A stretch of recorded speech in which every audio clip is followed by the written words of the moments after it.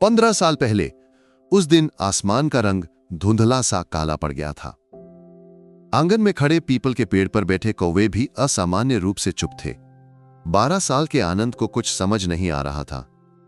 घर के भीतर मां और पिताजी ने दरवाजा बंद किए हुए घंटों बीत चुके थे। बीच बीच में पिताजी की हल्की सिसकियां बाहर तक आ रही थीं।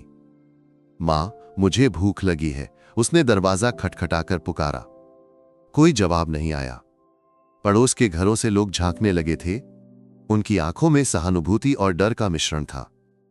सुरक्षा बैंक की सफेद जीप अभी भी घर के सामने वाली गली में खड़ी थी। सुबह उस जीप से उतरे 2 लोगों को पिताजी के साथ धमकी भरे लहजे में बात करते हुए आनंद ने देखा था।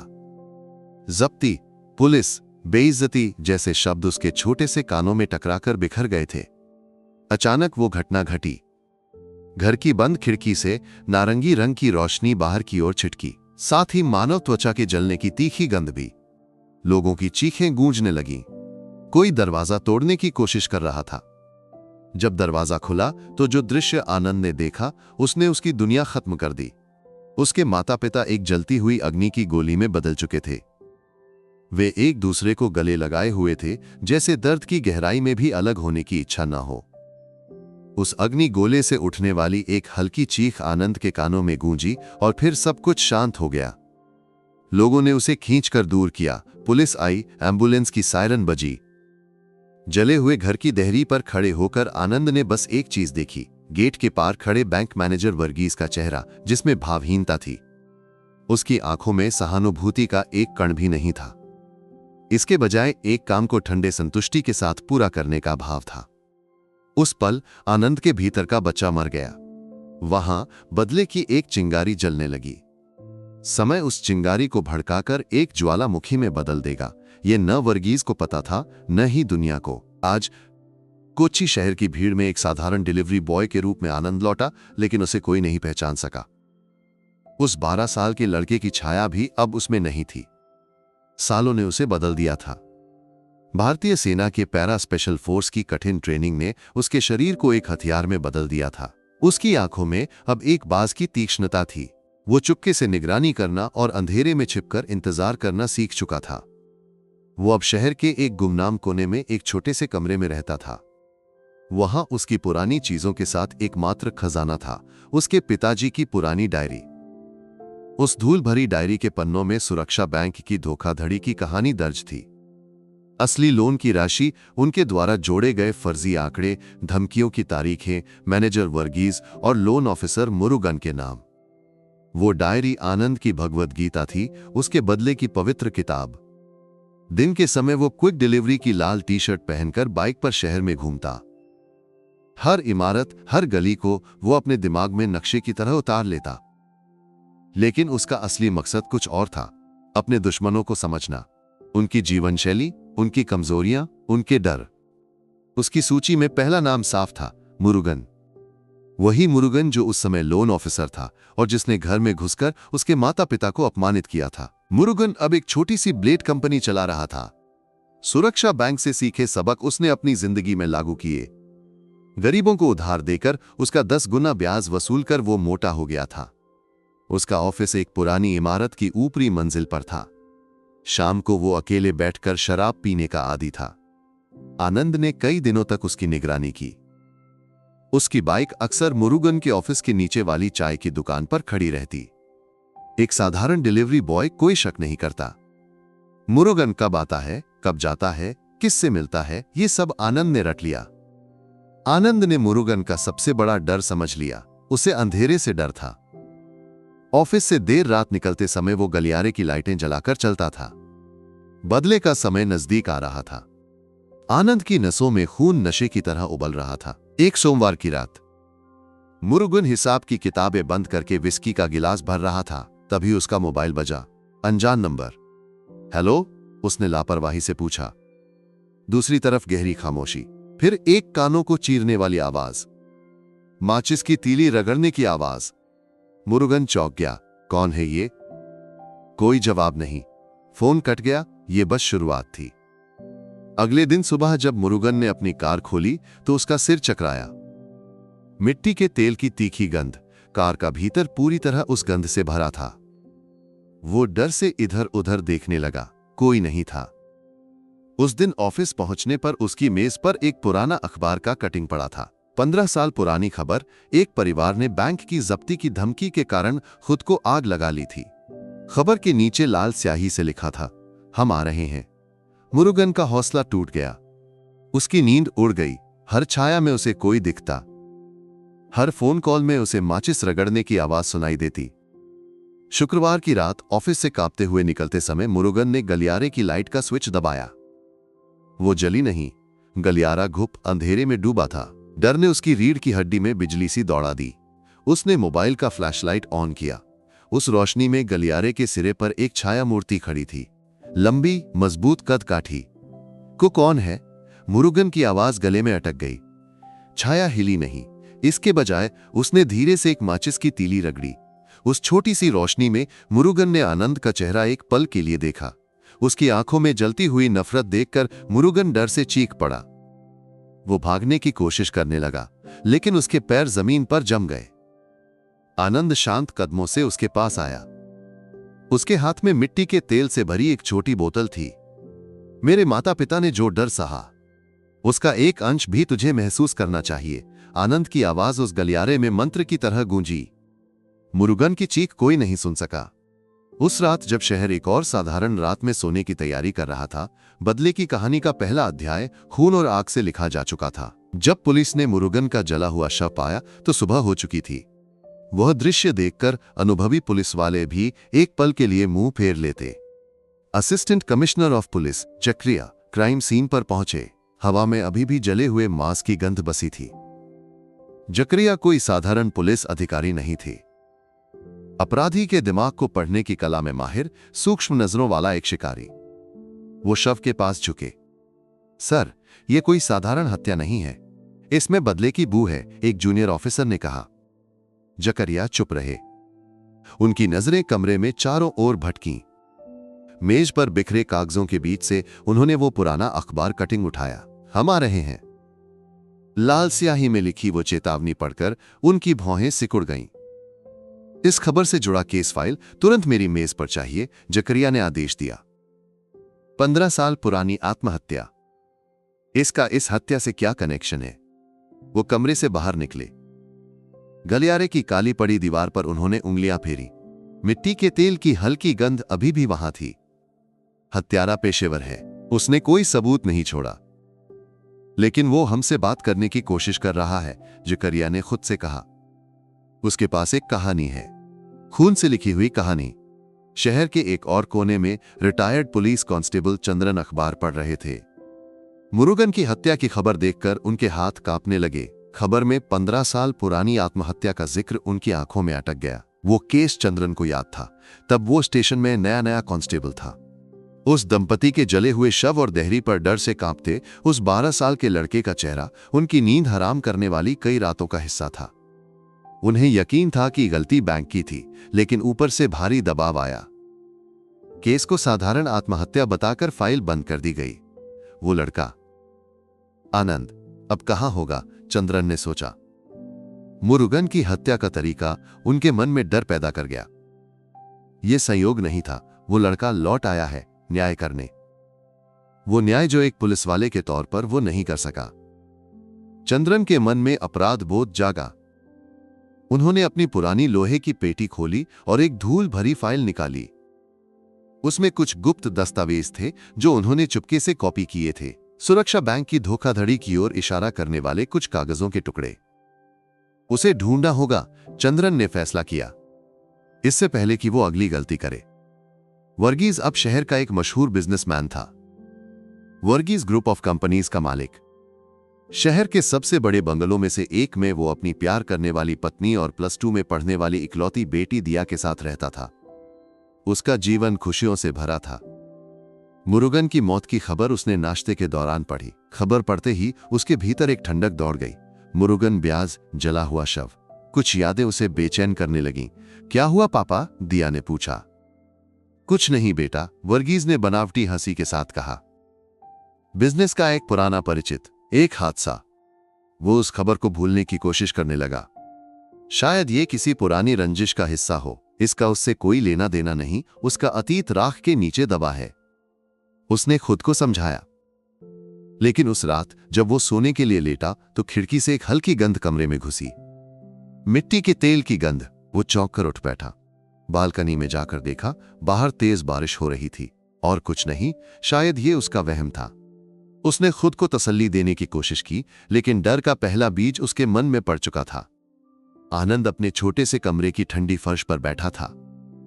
मुरुगन को खत्म करने का नशा अब उतर चुका था, अब केवल एक सुन्नपन बाकी था। वो दीवार से टिककर आंखें बंद कर लिया। उसके मन में मां का चेहरा उभरा, हमेशा हंसने वाली, प्यार से माथे पर सहलाने वाली मां।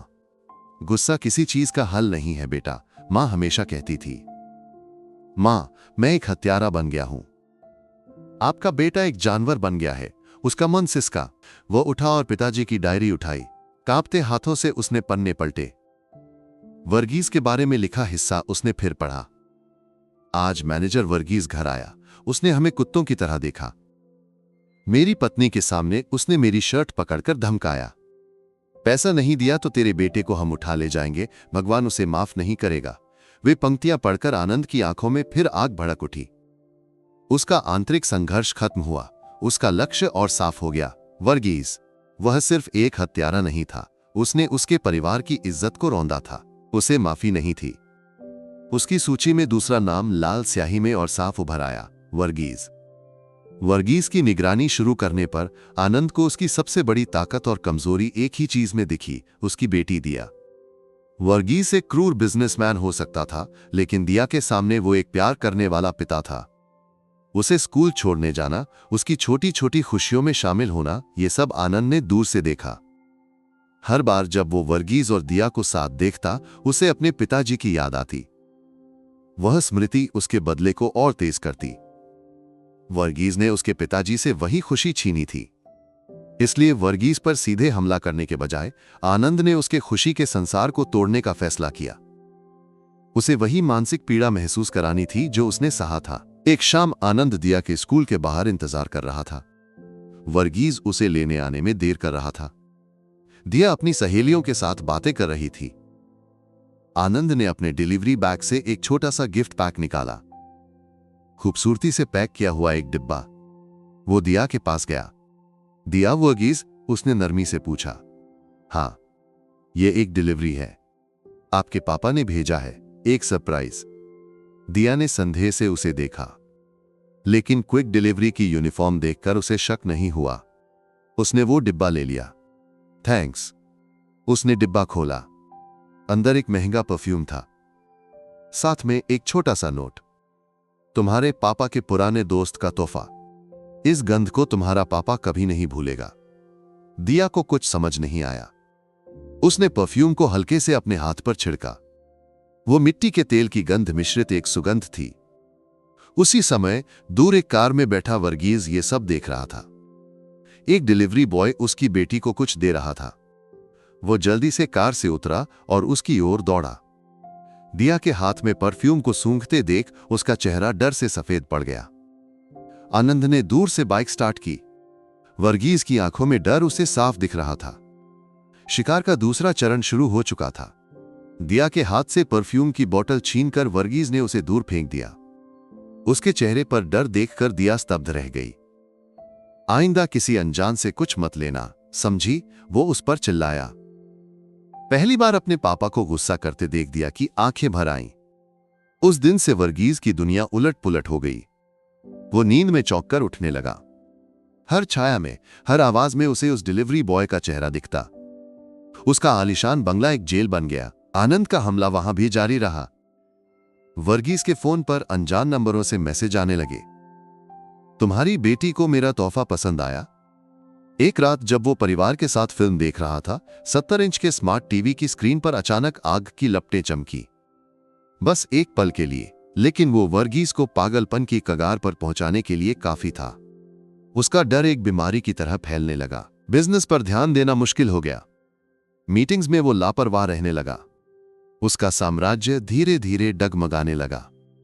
पत्नी के सवालों का उसके पास जवाब नहीं था। दिया अपने पापा से धीरे धीरे दूर होने लगी। एक प्यार करने वाले परिवार के मुखिया का पतन आनंद दूर से देखकर आनंद ले रहा था। सहायक आयुक्त जकारिया के कार्यालय में 15 साल पुरानी एक आत्महत्या की फाइल खुली हुई थी। सर, उस दंपति का एक बेटा था, आनंद। घटना के बाद उसे एक अनाथालय में भेज दिया गया, लेकिन 16 साल की उम्र में वो वहां से भाग गया। एक इंस्पेक्टर ने रिपोर्ट दी। उसके बारे में बाद में कोई जानकारी? जकारिया ने पूछा। हाँ सर, यही सबसे अजीब बात है। वो बाद में भारतीय सेना में शामिल हो गया, पैरा स्पेशल फोर्स में। वो कमांडो प्रशिक्षण प्राप्त था, लेकिन 3 साल पहले एक ऑपरेशन के दौरान वो लापता हो गया। रिकॉर्ड्स के अनुसार उसे प्रिज्यूम डेड माना गया। जकारिया की आंखें चमक उठीं। वो मरा नहीं है, वो वापस आ गया है, एक प्रशिक्षित हत्यारा। उसकी सूची में अभी और भी नाम है। उसी समय रिटायर्ड कांस्टेबल चंद्रन अपने पुराने संपर्कों का उपयोग करके आनंद के बारे में जानकारी जुटा रहे थे। उसकी सैन्य पृष्ठभूमि ने उन्हें भी चौंका दिया।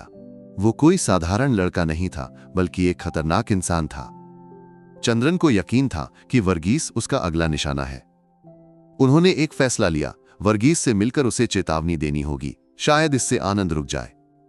वर्गीस की मानसिक स्थिति पूरी तरह से टूट चुकी थी। एक रात उसके बेडरूम के स्पीकर से एक बच्चे की हल्की सिसकने की आवाज सुनाई दी। वो धीरे धीरे सामूहिक रुदन में बदल गई, साथ ही आग की लपटों की आवाज भी। वर्गीस डर के मारे चीख उठा। वह यहां है, वह मेरे घर के अंदर है, उसने चिल्लाकर कहा। उसकी पत्नी और बेटी दौड़कर आए। उन्हें कुछ भी सुनाई नहीं दिया। वे पक्का मान चुके थे कि वर्गीस पागल हो गया है। आनंद ने वर्गीस के घर के वाईफाई नेटवर्क को हैक करके यह सब नियंत्रित किया था। स्पेशल फोर्स में मिला प्रशिक्षण उसे न केवल शारीरिक रूप से बल्कि तकनीकी रूप से भी विशेषज्ञ बना चुका था। अगले दिन सुबह वर्गीस के ईमेल पर एक वीडियो आया। उसमें उसके बंगले का हर कोना रिकॉर्ड था, बेडरूम, उसकी बेटी दिया का स्टडी रूम, किचन, सब कुछ। वीडियो के अंत में कैमरा आनंद के चेहरे पर रुका। उसने कुछ नहीं कहा। उसकी ठंडी नजर ही वर्गीस का बचा खुचा साहस छीन लेने के लिए काफी थी। वर्गीस को एहसास हुआ कि उसका किला सुरक्षित नहीं है। उसने शहर छोड़कर भागने का फैसला किया। वर्गीस अपने ऑफिस में चुपके से यात्रा की तैयारियां कर रहा था, तभी रिटायर्ड कांस्टेबल चंद्रन वहां पहुंचे। मिस्टर वर्गीस, मुझे आपसे बात करनी है। वर्गीस ने उस अप्रत्याशित मेहमान को संदेह से देखा। मैं आपको नहीं जानता। 15 साल पहले आप मुझे जानते थे। जब आपके सामने एक परिवार जलकर राख हुआ, तब मैं वहां मौजूद एक पुलिस वाला था। उन शब्दों ने वर्गीस को झकझोर दिया। आपको क्या चाहिए? मैं आपको चेतावनी देने आया हूं। आनंद वापस आ गया है। मुरुगन को उसने मारा। अगला नंबर आपका है। वर्गीस पसीने से तर हो गया। मुझे कुछ नहीं पता। वह एक आत्महत्या थी। वह हत्या थी वर्गीस, आपकी कराई हत्या, और इसके सबूत मेरे पास हैं। चंद्रन ने अपने हाथ में पकड़ी पुरानी फाइल को हवा में लहराया। उसी पल एसीपी जकारिया और उनकी टीम वहां दाखिल हुई। चंद्रन को वहां देखकर उन्हें भी संदेह हुआ। आप यहां क्या कर रहे हैं मिस्टर चंद्रन? जकारिया ने पूछा। जब वे बात कर रहे थे तभी कुछ अप्रत्याशित हुआ। ऑफिस की बड़ी कांच की खिड़की तोड़कर एक काले कपड़ों में लिपटा साया अंदर कूदा। आनंद। उसके हाथ में एक बंदूक थी जो वर्गीस की छाती की ओर तनी हुई थी। पुलिस वाले चौंक कर अपनी बंदूकें उसकी ओर तान दी। आनंद, सरेंडर कर, जकारिया ने दहाड़ा। आनंद हंसा। उस हंसी में दर्द और तिरस्कार भरा था। खेल अभी शुरू ही हुआ है कमिश्नर। मेरा न्याय मैं खुद लेगा। उसने वर्गीस की गर्दन पकड़कर उसे ढाल बनाया। कोई हिलेगा नहीं, वरना ये मर जाएगा। ऑफिस के अंदर समय ठहर सा गया। एक विस्फोट से पहले की खामोशी। शिकारी, शिकार और कानून के रखवाले एक ही कमरे में आमने सामने थे। वर्गीस की गर्दन पर आनंद की पकड़ लोहे की तरह मजबूत थी। बंदूक की ठंडी नोक उसकी छाती पर टच कर रही थी, जिससे वर्गीस का दिल रुकने को था। ऑफिस के एयर कंडीशनर की हल्की भनभनाहट भी एक बड़े शोर की तरह लग रही थी। आनंद, बंदूक नीचे रख, हम बात कर सकते हैं। जकारिया की आवाज शांत थी, लेकिन उसमें गंभीरता साफ झलक रही थी।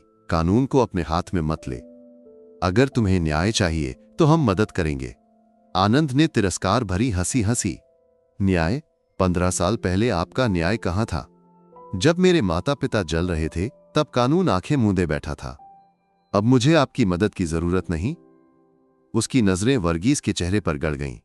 बता, मेरे परिवार को क्यों धोखा दिया? उस खाली कागज पर हस्ताक्षर करवाकर तुमने कितने रुपए जोड़े? बोल। वर्गीस की जुबान लड़खड़ा गई। डर ने उसके शब्दों को जकड़ लिया था। मत कर बेटा, रिटायर्ड कांस्टेबल चंद्रन आगे आए। उनके जैसे तुम भी जानवर मत बन। तुम्हारे माता पिता ये नहीं चाहेंगे। चंद्रन के शब्दों ने एक पल के लिए आनंद के मन में हलचल मचाई, लेकिन वर्गीस का डर भरा चेहरा देखकर उसका बदला लेने का जुनून फिर भड़क उठा। इसका डर, यही मैं देखना चाहता था, आनंद चीखा। इसके हर सांस में मैं अपने पिता की चीख सुनता हूं। अध्याय 14, धुंध का पर्दा। अचानक एक अप्रत्याशित क्षण में आनंद ने अपने दूसरे हाथ में पकड़े छोटे से उपकरण को जमीन पर फेंका। पलक झपकते ही कमरा घने धुंध से भर गया। खांसी और शोर शुरू हो गया। पुलिस वालों की नजर धुंधली हो गई। उसे घेर लो, जकारिया चिल्लाया, लेकिन आनंद एक साए की तरह था। धुंध के पर्दे का फायदा उठाकर वो वर्गीस को खींचते हुए बाहर की ओर भागा। ऑफिस के गलियारे से होते हुए आपातकालीन निकास के रास्ते वो बाहर निकल गया। नीचे सर्विस रोड पर उसने पहले से तैयार रखी एक पुरानी कार खड़ी थी। जब तक धुंध छटी और जकारिया अपनी टीम के साथ बाहर पहुंचे, तब तक वो कार नजरों से ओझल हो चुकी थी। जकारिया ने गुस्से में दीवार पर मुक्का मारा। डैम इट, पूरे शहर को ब्लॉक करो, मुझे वो जिंदा चाहिए। उन्होंने जमीन पर पड़ा वो उपकरण उठाया जो आनंद ने फेंका था। वो कोई साधारण स्मोक ग्रेनेड नहीं था। यह सेना में इस्तेमाल होने वाला एक खास उपकरण था। जकारिया को यकीन हो गया कि वो किसी साधारण अपराधी से नहीं, बल्कि युद्ध रणनीति जानने वाले एक कमांडो से पाला पड़ रहा है। आनंद उस कार को सीधे अपने पुराने घर के खंडहरों की ओर ले गया। जली हुई दीवारें, घास से ढका फर्श, वो जगह जहां 15 साल पहले उसका संसार खत्म हो गया था। उसने वर्गीस को कार से खींचकर उस जले हुए फर्श पर धकेल दिया। ये कहां है? वर्गीस ने कांपते हुए पूछा। वह जगह जहां तुमने एक परिवार की चिता सजाई थी। मेरा घर, आनंद की आवाज कांप रही थी। उसने अपने बैग से अपने पिता की डायरी निकाली और उसे वर्गीस के चेहरे पर फेंक दिया। पढ़, इसमें लिखा हर शब्द जोर से पढ़। वर्गीस ने कांपते हाथों से डायरी उठाई। आंखों में आंसुओं के साथ उसने पढ़ना शुरू किया। लोन लेने के दिन की खुशी, किश्तें चुकाने में असफलता का दुख, बैंक की धमकियां, आखिरी उम्मीद के टूटने की बेबसी। हर पंक्ति वर्गीस के सीने में कील की तरह चुभ रही थी। बस, रुक जाओ। वो फूट फूट कर रोने लगा। मैं ही गुनहगार हूं, लेकिन मैं अकेला नहीं था। हमें ये सब करने के लिए रीजनल हेड राजेंद्र मेनन ने मजबूर किया था। गरीबों के लोन फाइलों में हेरफेर करके पैसे लूटने का एक बड़ा रैकेट था। इसका सरगना मेनन था। वर्गीस ने सब कुछ कबूल कर लिया, हर धोखे की कहानी। आनंद अपने फोन में चुपके से ये सब रिकॉर्ड कर रहा था। सच सामने आने के पल आनंद ने अपनी बंदूक वर्गीस की कनपटी पर रख दी। तुझे माफी नहीं मिलेगी। उसी क्षण दूर से पुलिस जीपों की सायरन की आवाज सुनाई दी। चंद्रन का अनुमान सही था। उन्होंने जकारिया को बता दिया था कि आनंद वर्गीस को यहां लाएगा। पुलिस ने उस इलाके को घेर लिया। आनंद के सामने दो रास्ते थे। वर्गीस को मारकर पुलिस के सामने सरेंडर करना, या इस बड़े मगरमच्छ को कानून के हवाले करके पूरे रैकेट के सरगना राजेंद्र मेनन का पीछा करना। एक पल के लिए उसने आंखें बंद की। उसके मन में उसकी मां का चेहरा उभरा। गुस्सा किसी चीज का हल नहीं बेटा। उसने एक फैसला लिया। उसने बंदूक की बट से वर्गीस के सिर पर जोर से मारा। वह बेहोश होकर जमीन पर गिर पड़ा। आनंद ने अपने पिता की डायरी और कबूलनामे की रिकॉर्डिंग वाला फोन वर्गीस की छाती पर रख दिया। अंधेरे में गायब होने से पहले उसने आखिरी बार पीछे मुड़कर देखा। जब पुलिस वहां पहुंची तो उन्होंने बेहोश पड़े वर्गीस और उसकी छाती पर रखे सबूतों को देखा। जकारिया ने फोन उठाया। उसमें आनंद की आवाज में एक संदेश था।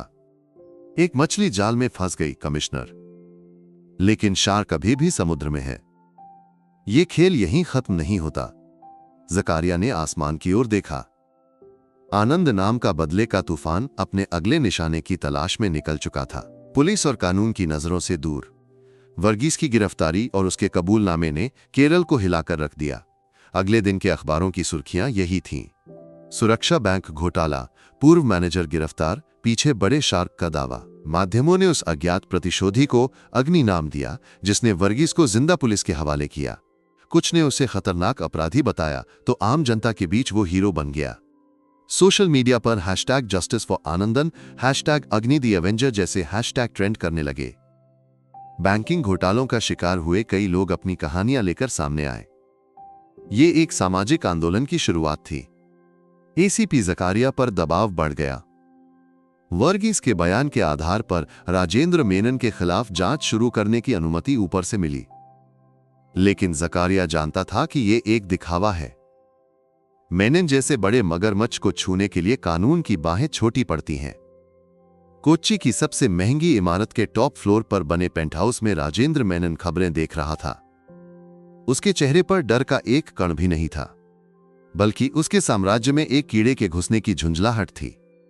उसने अपना फोन उठाया और एक नंबर डायल किया। दूसरी तरफ राज्य का एक प्रमुख राजनेता था। मेनन, मैं ये खबरें देख रहा था। ये क्या है? बस एक छोटी सी समस्या कॉमरेड। एक पुराना सांप सिर उठा रहा है। बस इतनी सी बात। मेनन की आवाज ठंडी थी। वर्गीस नाम का एक मूर्ख पुलिस के हत्थे चढ़ गया, लेकिन वो ज्यादा बोलेगा नहीं। उससे पहले हमें किसी और को ढूंढना होगा, अग्नि नाम के उस शख्स को जिसे मीडिया ऐसा बुला रहा है। प्लान क्या है? मुझे वो जिंदा या मुर्दा चाहिए। कानून अपनी राह ले, हम अपनी राह देखेंगे। मेनन ने फोन काट दिया। वह बालकनी में गया। नीचे शहर एक खिलौने की तरह चमक रहा था। आनंद, तुम्हारे माता पिता की तरह तुम भी बस एक माचिस की तीली हो, फूंक मारने से बुझ जाने वाली। उसने महंगी शराब का ग्लास एक घूंट में खत्म किया। जकारिया के ऑफिस में रिटायर्ड कांस्टेबल चंद्रन बैठे थे। सर, मेनन के खिलाफ सबूत हैं, फिर देरी क्यों? चंद्रन ने पूछा। सबूत काफी नहीं चंद्रन, जकारिया ने कहा। उसकी जड़ें हमारी सोच से भी गहरी हैं। उसे गिरफ्तार करेंगे तो अगले दिन वो जमानत पर बाहर होगा, गवाह मुकर जाएंगे, सबूत गायब हो जाएंगे, हम ये केस हार जाएंगे। तो क्या आनंद जो कर रहा है वो सही है? जकारिया ने चंद्रन को घूरा। नहीं, कोई भी हत्या सही नहीं, लेकिन यह सिस्टम ही आनंद जैसे लोगों को जन्म देता है। हमें मेनन को जेल भेजना है, लेकिन सिर्फ कानून के रास्ते से। इसके लिए एक ऐसा सबूत चाहिए जिसकी कोई उम्मीद न करे, ऐसा सबूत जो उसके साम्राज्य की नींव हिला दे। उनके बीच एक खामोश समझौता बन गया। दोनों एक ही मंजिल की ओर थे, लेकिन रास्ते अलग थे। आनंद के वहां पहुंचने से पहले उन्हें मेनन तक पहुंचना था, वरना इस शहर में और खून बहेगा। आनंद एक नए ठिकाने पर था, शहर के एक स्लम इलाके में एक परित्यक्त गोदाम। वर्गीस को पुलिस के हवाले करके उसने कोई जंग नहीं जीती थी, बल्कि एक जंग का ऐलान किया था। उसे पता था कि राजेंद्र मेनन कोई साधारण दुश्मन नहीं।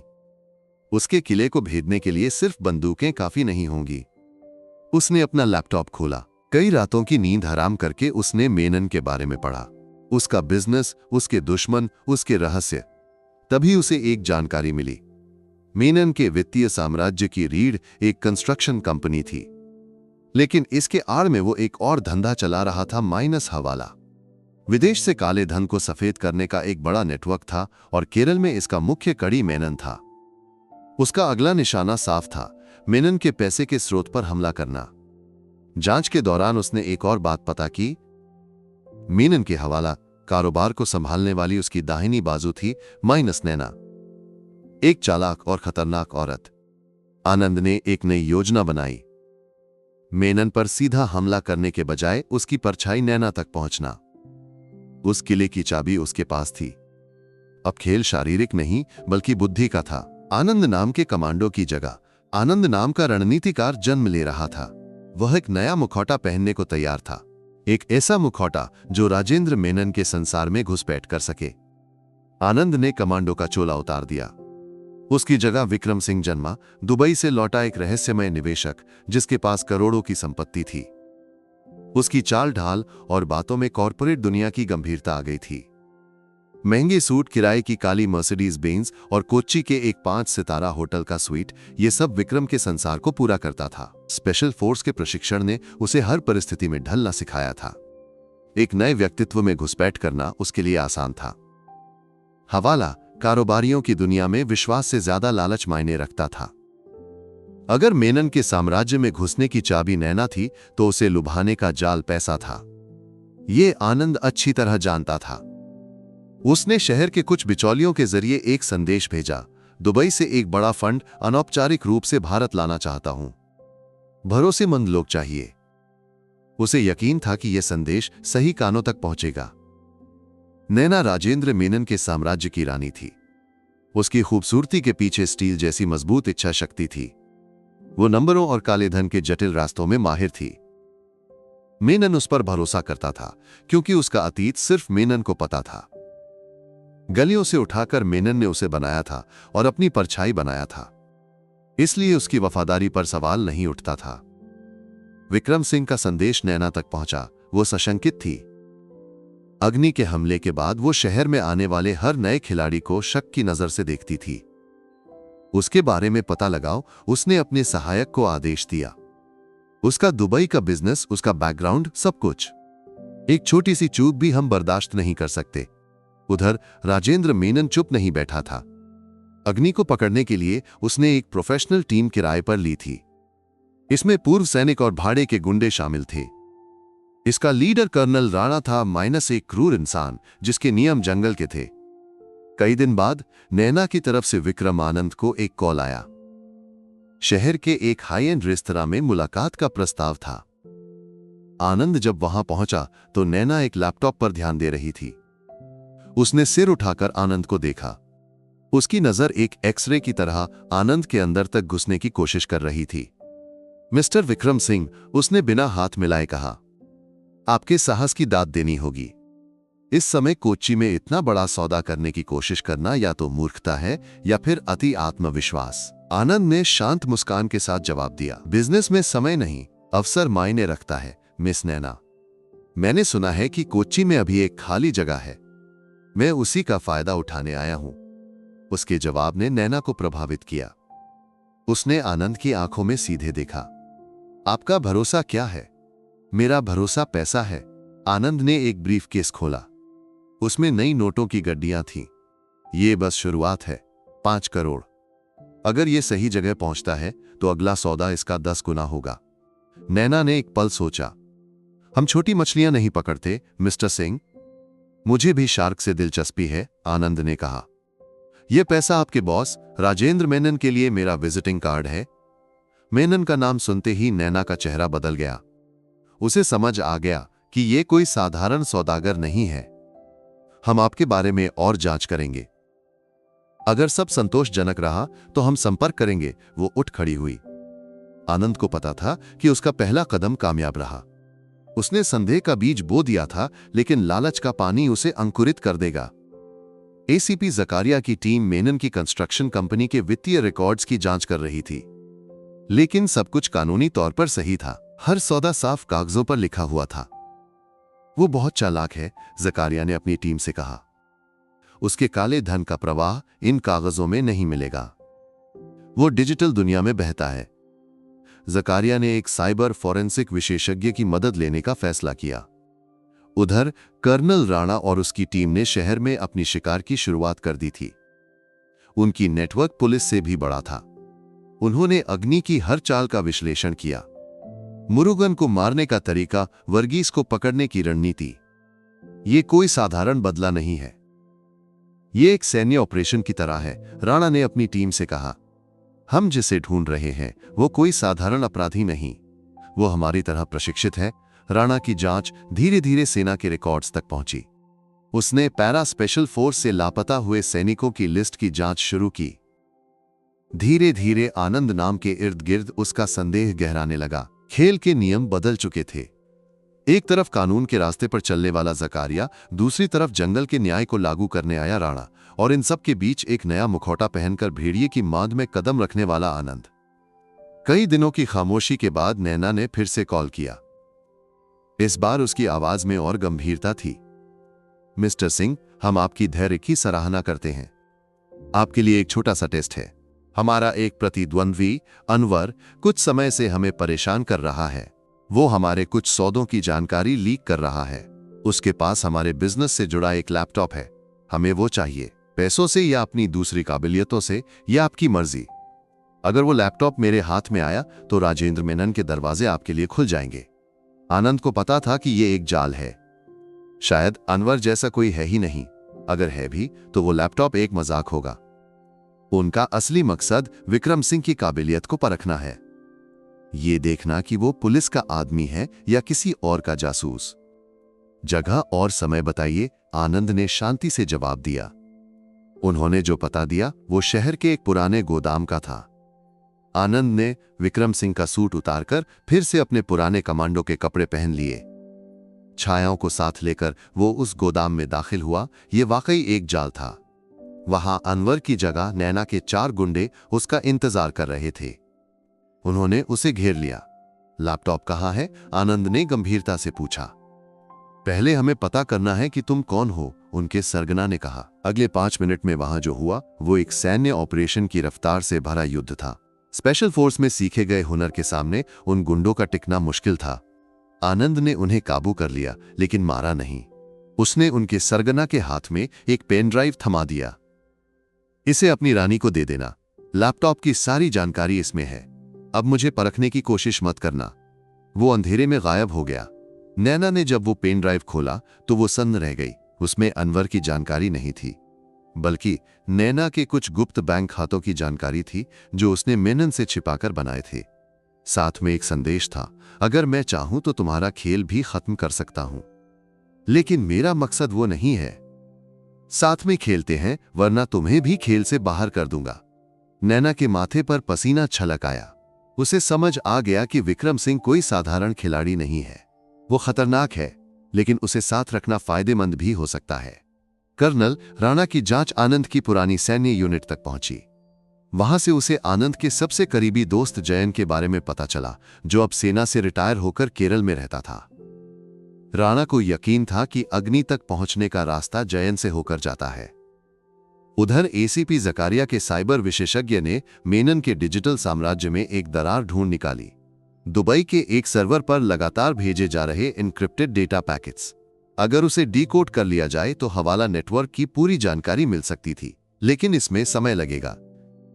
जकारिया और राणा दोनों अलग अलग रास्तों से एक ही सच की ओर बढ़ रहे थे, एक कानून की रोशनी में तो दूसरा अंधेरे की आड़ में। विक्रम सिंह का अभिनय करते हुए एक रात आनंद शहर में कार चला रहा था, तभी उसने कुछ देखा। एक छोटे से घर के सामने एक बैंक का नोटिस चिपकाया जा रहा था। अंदर से एक औरत और बच्चों की रोने की आवाज आ रही थी। वो दृश्य उसे 15 साल पीछे ले गया। उसके अंदर का बदले का जुनून एक पल के लिए ठंडा पड़ गया। उसकी जगह गहरे दुख ने ले ली। उसने कार रोकी। अगली सुबह उस परिवार को बैंक का पूरा बकाया चुकाने के लिए एक अज्ञात व्यक्ति ने ऑनलाइन भुगतान कर दिया। साथ में एक नोट था, उम्मीद मत छोड़ना। आनंद ने खुद से कहा कि उसका मकसद सिर्फ बदला नहीं, बल्कि यह सुनिश्चित करना भी है कि जो उसने झेला वो किसी और को न झेलना पड़े। उस घटना ने उसके अंदर के इंसान को जगा दिया। नैना की रिपोर्ट मिलने पर राजेंद्र मेनन हंसा। ये तो कमाल का है, खतरनाक है, लेकिन हमारे काम आएगा। उसे बुलाओ मेरे फार्म हाउस पर। मैं विक्रम सिंह को खुद देखना चाहता हूं। आनंद को जिस निमंत्रण का इंतजार था वो आखिरकार मिल गया। शहर के बाहर भारी सुरक्षा से घिरे किले जैसे मेनन के फार्म हाउस में वो अपनी काली मर्सिडीज में वहां के लिए रवाना हुआ। उसका मन शांत था। वो भेड़िए की मांद में नहीं, बल्कि शेर की गुफा में जा रहा था। एक छोटी सी चूक और सब खत्म। वो फार्म हाउस के बड़े गेट से अंदर दाखिल हुआ। वहां बगीचे में एक कुर्सी पर दुनिया को अपने पैरों तले मानने वाले अंदाज में राजेंद्र मेनन उसका इंतजार कर रहा था। 15 साल से उसकी नींद हराम करने वाला चेहरा आनंद पहली बार सामने देख रहा था। उसके खून की रगों में उबाल आया, लेकिन विक्रम सिंह के चेहरे पर दोस्ताना मुस्कान थी। खेल अपने अंतिम चरण में प्रवेश कर चुका था। राजेंद्र मेनन की मुस्कान के पीछे एक भेड़िए की क्रूरता छिपी थी, ये आनंद अच्छी तरह जानता था। उसने आनंद को कुर्सी पर बैठने का इशारा किया। मिस्टर विक्रम सिंह, कोच्चि में आपका स्वागत है। नैना ने आपके बारे में बहुत अच्छी बातें बताई। मेनन ने बात शुरू की। अच्छी बातें सुनने के लिए नहीं, अच्छा बिजनेस करने के लिए मैं यहां हूं मिस्टर मेनन, आनंद ने उसी अंदाज में जवाब दिया। मेनन जोर से हंसा। मुझे साहसी नौजवान पसंद है। आपको पता है, इस शहर में इन दिनों एक अग्नि की चर्चा है।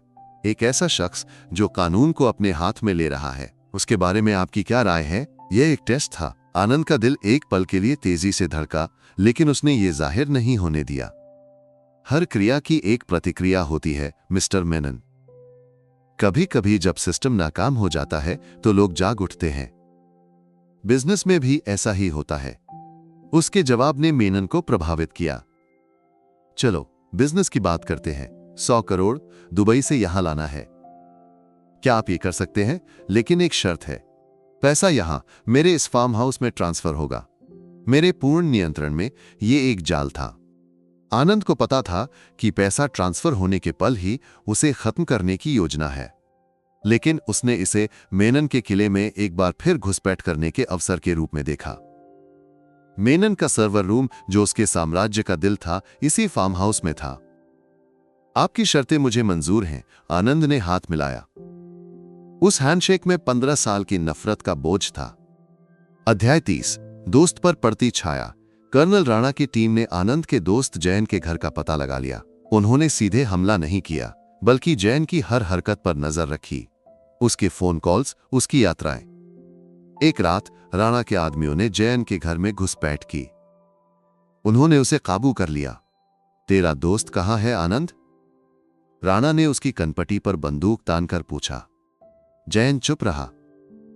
उसे पता था कि सेना की दोस्ती की कीमत मौत से भी ज्यादा है। तू नहीं बोलेगा, है ना? राणा हंसा।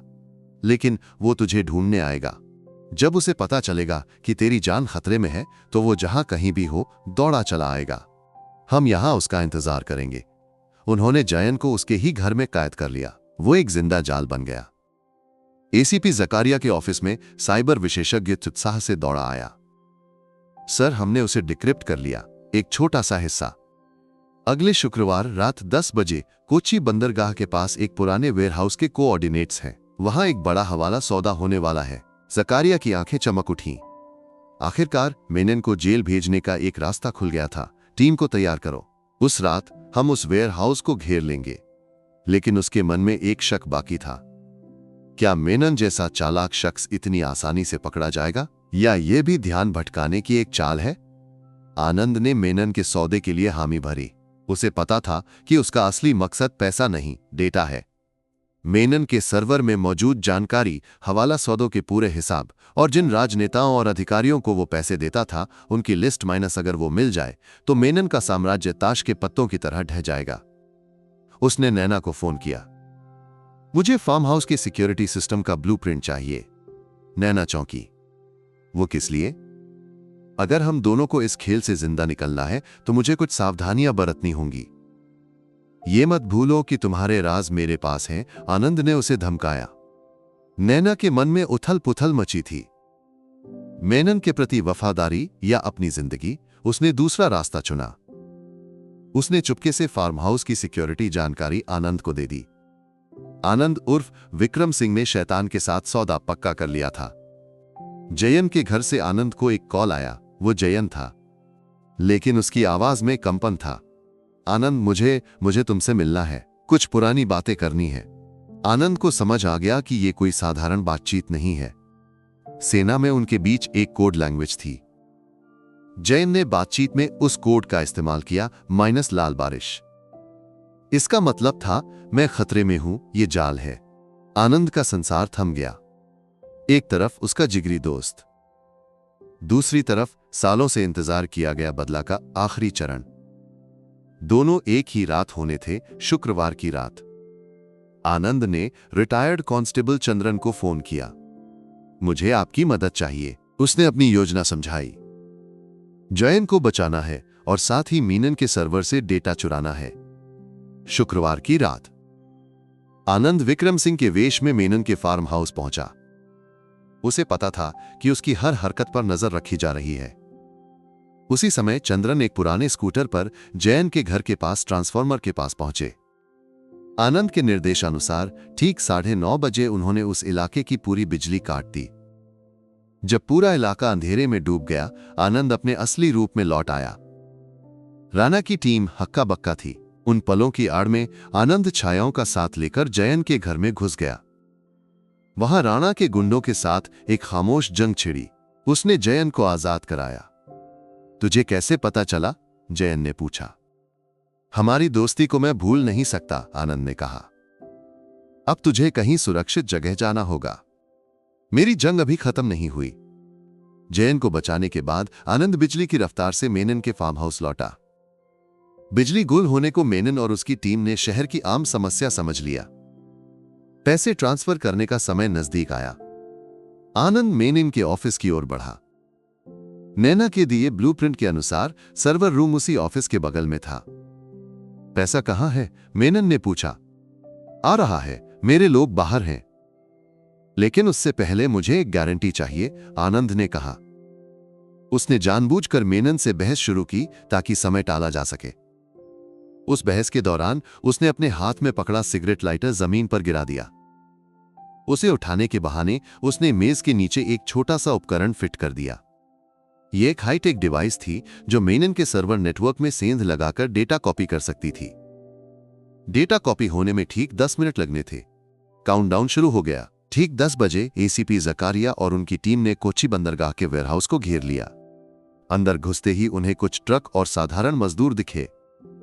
हवाला पैसे का कोई निशान नहीं था। डैम इट, ये एक जाल था। जकारिया चिल्लाया। मेनन ने उन्हें गलत दिशा में भेज दिया था।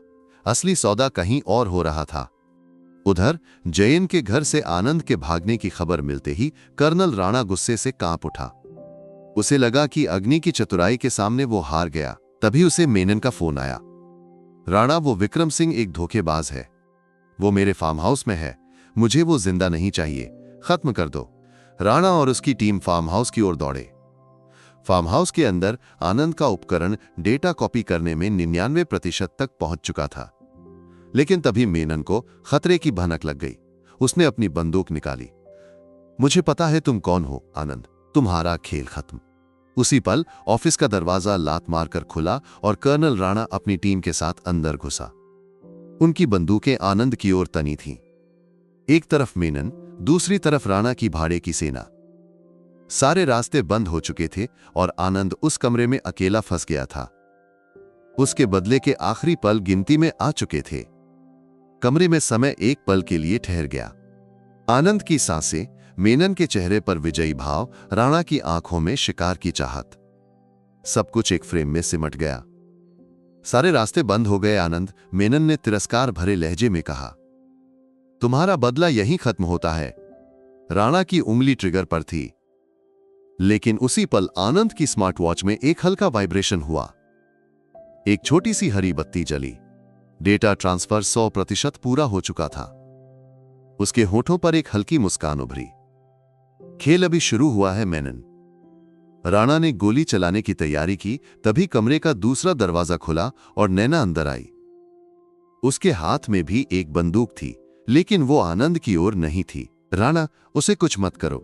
नैना की आवाज दृढ़ थी। मेनन और राणा दोनों सन्न रह गए। नैना, तुम किसे बचाने की कोशिश कर रही हो? मेनन चीखा। मैं अपने भविष्य को बचा रही हूं, उसने कहा। तुम्हारे साथ रहूंगी तो मेरा अंजाम भी वर्गीज जैसा होगा। लेकिन विक्रम सिंह के साथ मुझे एक नई शुरुआत मिल सकती है। उसने राणा की टीम के एक आदमी की टांग पर गोली चला दी। कमरे में हंगामा और गोलीबारी शुरू हो गई। नैना की इस चाल ने राणा और मेनन दोनों को गुस्से में डाल दिया। उस उथल पुथल की आड़ में आनंद एक बिजली बन गया। वो मेज के पीछे छिप गया। राणा के लोग नैना और आनंद दोनों पर गोलियां चला रहे थे। वो कमरा एक युद्ध का मैदान बन गया। आनंद ने अपने कमांडो प्रशिक्षण का पूरा इस्तेमाल किया। उसने राणा के आदमियों को एक एक करके काबू किया। उसका मकसद मारना नहीं, भागना था। उसने मेनन की गर्दन पकड़कर उसे ढाल बनाया। सब अपनी बंदूकें नीचे रखो, वरना तुम्हारा मालिक मर जाएगा। आनंद ने दहाड़ा। राणा एक पल के लिए हिचकिचाया। मेनन को जिंदा चाहिए था, यह ऑर्डर था। आनंद ने उस मौके का फायदा उठाया। वो मेनन को लेकर कमरे से बाहर की ओर भागा। नैना की मदद से आनंद फार्म हाउस के गुप्त रास्ते से बाहर निकला। राणा और उसकी टीम उनके पीछे दौड़े। यह एक पागलपन भरी कार चेज की शुरुआत थी। शहर के बाहर की सुनसान सड़कों पर आनंद की कार तेजी से भाग रही थी। पीछे राणा के वाहन थे। गोलियां कार की खिड़कियों को चकनाचूर कर रही थीं। लेकिन आनंद की ड्राइविंग स्किल्स के सामने उनका टिकना मुश्किल था। उसने चतुराई से कार को एक पुराने पुल की ओर मोड़ा। राणा के वाहन भी पीछे लगे रहे। पुल के बीच में पहुंचकर आनंद ने कार रोकी और मेनन को लेकर बाहर निकला। अब तुम बच नहीं सकते, राणा ने बंदूक तान कर कहा। आनंद ने हंसते हुए अपने हाथ में पकड़े रिमोट को दबाया। उसने कार में पहले से लगाए छोटे छोटे विस्फोटकों को चालू कर दिया। कार एक अग्निगोले में बदल गई और पुल का एक हिस्सा तोड़ दिया। राणा और उसकी टीम का आगे बढ़ने का रास्ता बंद हो गया। नदी के दूसरी ओर आनंद मेनन को लेकर अंधेरे में गायब हो गया। आनंद मेनन को खींचकर उसी जले हुए घर के आंगन में ले गया जहां उसका संसार तबाह हुआ था। यहीं तुमने मेरा संसार बर्बाद किया था, आनंद ने कहा। यहीं तुम्हें अपने संसार के टूटने का नजारा देखना होगा। उसने मेनन को उस जली हुई जमीन पर धकेल दिया। उसी समय आनंद के सर्वर से कॉपी किया गया डेटा दुनिया भर में फैलने लगा था। प्रमुख न्यूज चैनलों के ऑफिस, एसीपी जकारिया के पर्सनल ईमेल, केंद्रीय जांच एजेंसियों के गुप्त सर्वर। मेनन के साम्राज्य की हर गड़बड़ी सबूतों के साथ वहां पहुंच रही थी। मेनन का फोन लगातार बजने लगा। जिन राजनेताओं और अधिकारियों को उसने पैसे देकर खरीदा था, वे डर के मारे फोन कर रहे थे। उसके बैंक खाते फ्रीज हो गए। उसकी कंपनियों के शेयर धड़ाम से गिर गए। मिनटों में उसका दशकों का बनाया साम्राज्य उसकी आंखों के सामने ढह गया। उसके चेहरे का घमंड गायब हो गया। उसकी जगह डर और बेबसी ने ले ली। एसीपी जकारिया और पुलिस तेजी से वहां पहुंचे। उन्होंने जो देखा वो था टूटकर बिखरा हुआ मेनन और उसकी कनपटी पर बंदूक ताने खड़ा आनंद। आनंद, मत कर, जकारिया चीखा। तुम्हारी जंग खत्म हो गई, तुम जीत गए। कानून अपना काम करेगा। उसे मारकर तुम हत्यारा मत बन। आनंद की उंगलियां ट्रिगर पर सख्त हो गईं। उसके मन में माता पिता की जलती हुई छवि उभरी। उसकी आंखें भर आईं। सालों से मन में दबी नफरत और दर्द एक साथ बाहर आने को बेताब थे। लेकिन जकारिया के शब्द उसके कानों में गूंजे। तुम्हारे माता पिता ये नहीं चाहेंगे। उसने एक गहरी सांस ली। उसने बंदूक नीचे की। बदला हत्या नहीं, बल्कि न्याय लागू करना है, ये उसने समझ लिया। उसने मेनन को जिंदा कानून के हवाले करने का फैसला किया। उसने बंदूक जमीन पर फेंक दी। पुलिस के आगे बढ़ने से पहले वो एक साए की तरह अंधेरे में दौड़ गया। 6 महीने बाद राजेंद्र मेनन और उसके नेटवर्क के सभी लोग सलाखों के पीछे थे।